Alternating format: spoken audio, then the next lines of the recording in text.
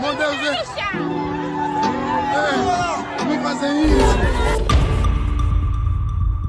A gasolina subiu quase 100%, este é resultado da retirada gradual da subvenção aos combustíveis, uma medida que uma hora ou outra tinha de ser efetivada, não é? Bem, é o seguinte, eu fiz de propósito um levantamento porque quando acontecem essas situações, normalmente as pessoas que têm por missão defender o poder precipitam-se logo a criar narrativas fazendo comparações que não se fazem, comparando nomeadamente laranjas com bananas. Nós, quando olhamos para a questão do preço dos refinados do petróleo, nós temos que naturalmente fazer comparações com aqueles países que eventualmente têm estruturas económicas, têm que tenham pontos de comparação com o nosso. Se nós olharmos, por exemplo, para o caso dos países que fazem parte do bloco OPEP, é verdade que Angola não é um dos países que tem a gasolina mais cara. Mesmo tendo subido para os 300 kwanzas, que são qualquer coisa à volta de 50 cêntimos de dólares, não é? Mas coisa menos coisa. Mesmo assim, peço perdão, Angola não é, no conjunto dos países da OPEP, com petróleo mais caro. Eu até fiz aqui alguns apontamentos só para ter ideia. Por exemplo, na Arábia Saudita a gasolina custa 62 cêntimos, portanto é mais cara do que os 300, do que os 50 cêntimos em Angola. Eu vou dar outro exemplo. No Iraque, por exemplo, custa 57 cêntimos, é qualquer coisa perto daquilo em que nos encontramos agora. O Equador, por exemplo, custa 63 cêntimos. O mais caro que é o Gabão, que vende a 99 cêntimos, quase $1. Temos, por exemplo, a Indonésia, que vende a 84 cêntimos, portanto, muito mais caro também do que nós vendemos. A Nigéria, por exemplo, está a 55 cêntimos. O gasóleo é muito mais caro na Nigéria do que a gasolina é 55 cêntimos. Temos, por exemplo, o Qatar, que vende a 57 cêntimos. Temos, por exemplo, os Emirados Árabes Unidos, que vende a 77 cêntimos. E temos o caso da Rússia, que não faz parte propriamente do bloco, mas depois houve aquela parceria da OPEP+, que vende a 64 cêntimos o preço da gasolina. Portanto, nós temos aqui vários países na OPEP que, de facto, têm preços relativamente mais altos do que o preço que nós temos hoje da gasolina. Mas nós, quando olhamos para estes processos, as comparações não podem ser simplistas quanto isso. Nós temos que olhar para outras variáveis. De todos estes países que eu referi, por exemplo, Angola é aquele que tem um PIB per capita mais pobre. Ou seja, de todos estes países que eu referi, até a Venezuela, que tem os problemas que tem um PIB per capita superior à Venezuela. Eu tenho aqui isto, só para não me perder de vista, tem um PIB per capita hoje avaliado em cerca de $3.500. Portanto, até a Venezuela, até o Gabão tem um PIB per capita à volta dos $10.000. Nós em Angola, as estimativas para 2020 e 2023 apontam para qualquer coisa que vai ficar perto dos $2.300. Ou seja, as comparações, não basta só por dizer, não, lá também é caro, olha, vamos lá olhar para os países que produzem. Nós temos que perguntar, ok, mas que países, que economias é que esses países têm? Não é? O resto da economia destes países, como é que é? Não é? Repara, os Emirados Árabes Unidos têm um PIB per capita de $51 mil. O Qatar tem um PIB per capita de $84 mil.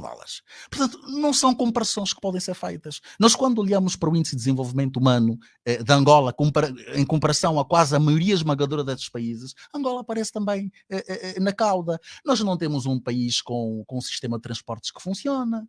Não é? Não temos um país com sistema de...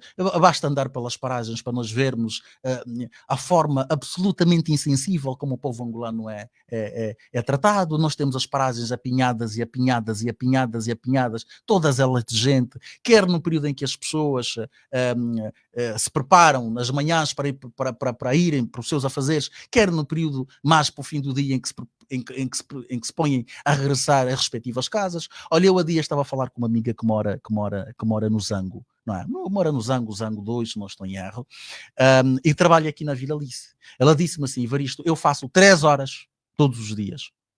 Não é? A minha vida é de segunda a sexta. Eu faço 3 horas para sair de casa ao trabalho, de manhã, e depois faço 2 horas e meia para sair do trabalho para casa de regresso. Ou seja, por dia ela perde 5 horas e meia só no trabalho, só no trânsito. Esta pessoa está condenada a morrer daqui a bocado. Está a ver? Portanto, então estas comparações não podem ser feitas só sem olhar para todo um conjunto de variáveis, para todo um conjunto de situações e de condições que os países têm. Mas há uma medida que tinha de ser efetivada ou não? Eu não estou a dizer que não devesse ser efetivada. Talvez tivesse de ser efetivada, mas talvez de forma diferente. Se esta medida tivesse avançado de forma mais gradual, se os aumentos tivessem mais gradual, tivesse começado mais lá para trás, não é? Porque o que é que aconteceu no passado? Porque desde há muito tempo que o governo angolano tem vindo a ser pressionado, nomeadamente pelo FMI, para fazer correções nas subvenções ao petróleo, aos derivados do petróleo. Mas por razões estritamente políticas, não é? Porque sabe que uma medida extremamente impopular, sempre houve receios de se mexer nisso. Se nós tivéssemos assistido a aumentos paulatinos, até porque supostamente o petróleo devia estar numa espécie num segmento dos preços livres, não é? Com algum controle, como é evidente. Se nós começássemos a assistir, olha, 10%, mais 5%, olha, mais 4% amanhã, mais 5%, talvez não fosse tão impactante, não é? Na vida das pessoas como se apresenta agora, não é? É que parece que, pronto, acabaram por raspar todo o dinheiro, já não há dinheiro aparentemente, nem há dinheiro para pagar salários aos funcionários públicos, não é? Agora vamos lá pôr tudo de uma só vez. E é preciso notar que esta medida surge numa situação complicada para a economia, porque nós temos estado a assistir, por exemplo, nos últimos tempos, o Kwanza outra vez num percurso, numa tendência de perda de valor e perda de valor acelerada. E é preciso notar que o Banco Nacional de Angola fez questão de dizer duas coisas. Aparentemente não vai fazer intervenção. É verdade que fez aí um lançamento de obrigações de tesouro de mais de 300 milhões de dólares para ver se, de alguma maneira, tenta encontrar aqui algumas medidas de mitigação, mas o BME, na última reunião do Comitê de Política Monetária, fez questão de dizer duas coisas. Reconheceu, de facto, que há problemas, no fundo, numa linguagem simplificada, em termos de disponibilização de divisas, e até disse que faltaria capacidade para cobrir despesas de importação de bens que Angola ainda não tem capacidade ou em relação aos quais ainda não é autossuficiente. Então, repara, esta medida vem numa altura em que estamos a assistir a uma perda de valor da moeda nacional. Isto implica naturalmente uma perda de valor de poder de compra das famílias. O governo diz, não, vamos fazer aqui medidas de mitigação de natureza social, nomeadamente a questão dos transportes dos taxistas, por exemplo, os transportes públicos, e vamos aumentar o Quenda de 8 para 11 mil kwanzas. Em Angola, até quem ganha 100, 150 mil kwanzas vive quase uma vida miserável. Não é? Viver em Angola até com 100, 150, eu até diria 200 mil kwanzas, vive-se de forma quase, não se vive com dignidade, porque não se consegue arrendar uma casa em condições. Não é? Quem ganha 200 mil kwanzas pode viver com dignidade em Angola. Não é? Pode ambicionar, por exemplo, arrendar uma casa num espaço urbano, onde haja água, com alguma tranquilidade, segurança, energia, com alguma tranquilidade. Não. Não. Então, aumentar o Quenda de 8 para 11 mil kwanzas é a tal medida de mitigação. Ou seja, isto acontece porque nós temos efetivamente um governo que tem funcionado um bocadinho às três pancadas, não é? E que muitas vezes faz prevalecer os interesses do partido, nomeadamente aqueles interesses circunstanciais, em detrimento das questões importantes do país. Por isso é que depois, olha, falta tudo. E nós também nem sabemos porque é que está a faltar assim tanto dinheiro, não é? Porque afinal o petróleo, grosso modo, tem-se portado bem, continua acima do preço fiscal. O preço fiscal deste ano é $75 e o preço real tem estado mais ou menos acima disso. É verdade, há semanas em que há umas quedas, mas em termos médios o preço tem estado acima do preço fiscal inscrito no Orçamento Geral do Estado, desde que o ano começou, aliás, desde o ano passado. Portanto, também não estamos a compreender bem como é que esse dinheiro desapareceu, onde é que esse dinheiro foi, porque é que nós não temos dinheiro. É verdade que o petróleo também se está a produzir menos do que era expectável, não é? Pelo menos em termos comparativos, mas a verdade é que nós temos um Orçamento Geral do Estado que faz previsões que não nos permitiriam estar a viver com esta intranquilidade, pelo menos do ponto de vista económico e social, como aquilo que se está a projetar agora. Portanto, é esta súmula de problemas. Já me comeste 3 temas. Sim, não, mas vamos voltar à gasolina. Esta medida de isentar os taxistas especula-se que possa vir a ser uma porta para que os próprios taxistas comecem a fazer candonga, se bem que o governo diz que vai haver fiscalização e tudo mais, mas nós sabemos como é que funciona. Como é que achas? Primeiro é que esta medida é acertada e é preciso que se diga aquilo que foi, independentemente de como a medida foi apresentada, os aspectos negativos. É acertado que, de facto, o governo tivesse pensado em isentar algumas áreas, nomeadamente a questão dos transportes, que, como nós sabemos, tem uma facilidade muito grande de produzir efeitos sistémicos, não é? É que repara que estas medidas até têm uma dimensão psicológica que às vezes não é suficientemente explorada, não é? Nós fomos falando com pessoas, desde ontem até hoje, que já foram dizendo que houve taxistas que ontem já estavam a cobrar a mais, porque supostamente o combustível tinha subido, quando até foram isentados, não é?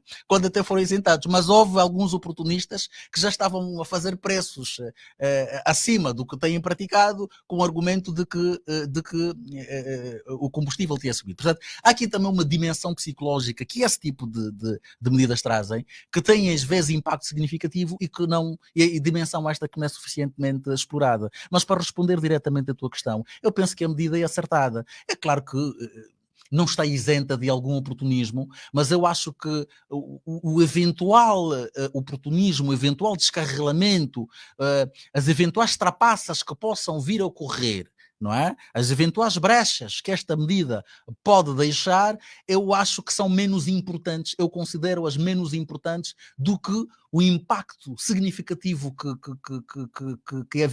que a economia havia de ressentir, caso o governo não decidisse isentar, portanto, nomeadamente a questão dos transportes. Mas eu acho esta que questão das brechas... dos transportes não é de todo, não está de todo assegurada a possibilidade do preço do táxi subir, porque nem todos também estão credenciados, nem todos os taxistas se veem profissionalmente como taxistas, temos pessoas que são desempregadas. Mas aqui é que tem de entrar o papel fiscalizador do governo. O governo tem de assumir as suas responsabilidades e identificar quem é taxista e quem não é taxista, como é evidente.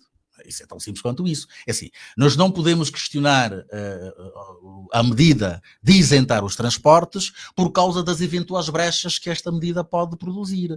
O que agora é preciso fazer é, o governo tem de criar naturalmente as capacidades e as competências que tem de criar para mitigar as eventuais deturpações que possam decorrer da efetivação desta medida. Agora, eu entendo que foi acertado o governo não ter isentado, pelo menos, este segmento económico por causa da facilidade que tem em produzir efeitos sistémicos, porque quando os transportes sobem, é tudo, rigorosamente tudo. Agora, também é preciso dizer o seguinte, não são propriamente todos os transportes que estão isentos. Nós temos muita atividade, não é? Que requer a utilização de transportes e que não estão isentados, transportes de mercadorias e que intervêm em várias áreas da atividade económica. Não é? O governo teve a preocupação, nomeadamente com a pesca artesanal e com o setor e com a produção agrícola, mas a economia não se resume nisso. Temos o setor industrial, é verdade que há quem diga que o setor industrial se alimenta essencialmente do gasóleo, que não teve aumentos, mas isso não é bem assim, não é? Porque nós temos várias situações de unidades que dependem também significativamente da gasolina, quer no frete de mercadorias, quer até na utilização dos meios para a atividade normal das empresas. Portanto, não se pode dizer propriamente que o facto de estas duas atividades no campo da atividade económica, nomeadamente a questão agrícola e a questão da pesca artesanal e os taxistas, seja suficiente para se mitigar aqui a possível escalada de preços. Nós vamos ter aqui necessariamente alguma consequência no aumento de alguns preços. Eu espero naturalmente que seja qualquer coisa mais controlada, não é? Do que aquilo que seria caso o governo não tivesse isentado, nomeadamente a questão de transportes e as áreas de atividade económica que isentou. Eu acredito que se não o tivesse feito, a escalada de preços seria muito maior, mas não se pode esperar, não podemos ter a ilusão de que não vai haver aqui alguma consequência em termos de aumento de preços com ajuste do preço da gasolina. Seguramente vamos ter aqui algum aumento de preços. Agora, esperamos naturalmente que Não esperamos que tenha o mesmo efeito, como disse há bocado, se a medida tivesse sido mais drástica. Acorda cedo, põe o pé na estrada, deixa o filho em casa com uma vontade de voltar para casa. Quando chega à praça,